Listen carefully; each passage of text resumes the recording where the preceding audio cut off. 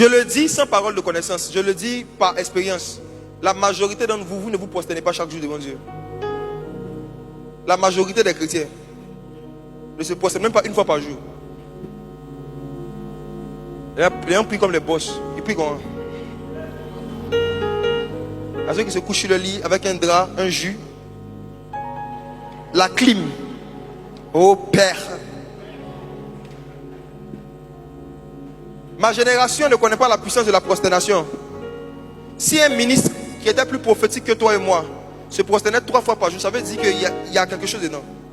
Si les musulmans se prosternent, ils ne parlent pas à leur Dieu en étant debout tout le temps, il y a quelque chose dedans. Si dans toutes les religions, le bouddhisme est partout, les gens sérieux dans leur spiritualité parlent à leur divinité en s'abaissant, c'est parce que même eux ils savent que celui qui s'abaisse sera élevé. On s'élève dans le monde des esprits, on s'élève dans le prophétique en s'abaissant régulièrement devant Dieu. Et la pratique que Dieu avait établie depuis le commencement pour que l'homme s'abaisse devant lui, physiquement parlant, c'est la prosternation. Voici, je vais partager avec vous un mystère.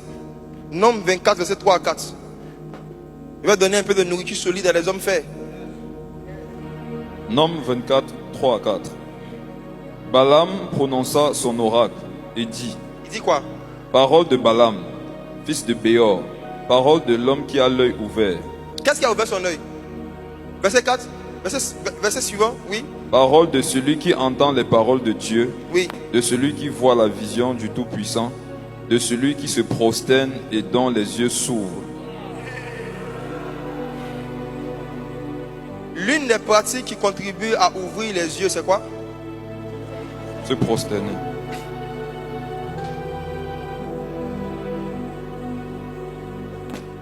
Au début, il commence par Balaam, celui qui a l'œil ouvert. Quand il ne se prosterne pas, c'est un seul œil qui est ouvert. Mais quand il se prosterne, les yeux. Tu ne vois pas clair quand tu es comme ça. Vous n'avez pas de vision claire parce que vous ne vous prosternez pas. Vous avez l'œil ouvert. Pendant que je suis en train de dire ça, exemple, quelqu'un a fait un songe. Dans le songe, tu étais en train de regarder ton songe mais avec un œil fermé. Tu n'as jamais compris ça. Dans le songe, ton songe se passait mais tu voyais d'un seul œil dans le songe. C'est qui? Viens. C'est qui? Tu as fait un songe où tu voyais comme ça. Tu voyais d'un seul angle, comme si tu avais un œil fermé. Lève la main d'abord. Si vous voyez la personne, faites-moi signe. Viens.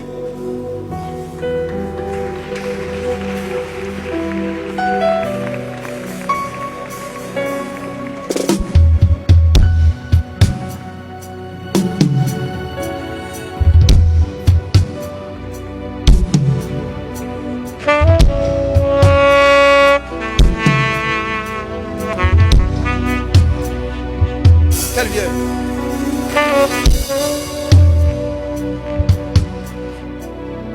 Ça va?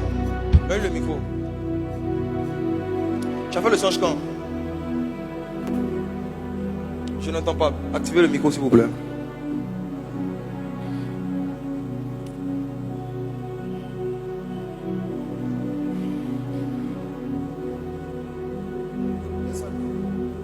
Ça va? Tu as fait le songe quand? Il y a 2 mois en arrière.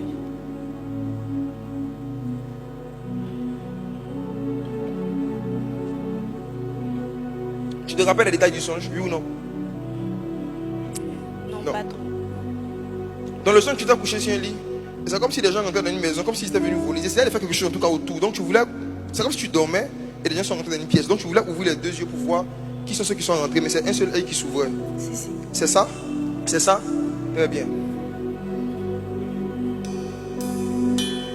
Tu vois, tout à l'heure, quand j'étais là, quand je ne m'étais pas encore prosterné, quand j'ai dit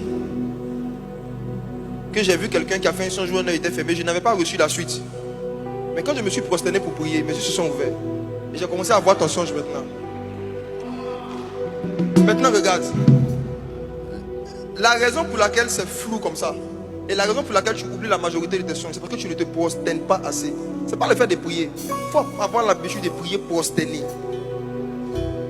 Comme Daniel, multiplie la fréquence à laquelle tu pries prosterné.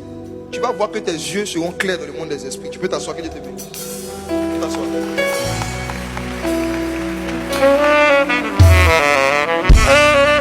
soeur, développez la culture et l'habitude de vous prosterner devant Dieu.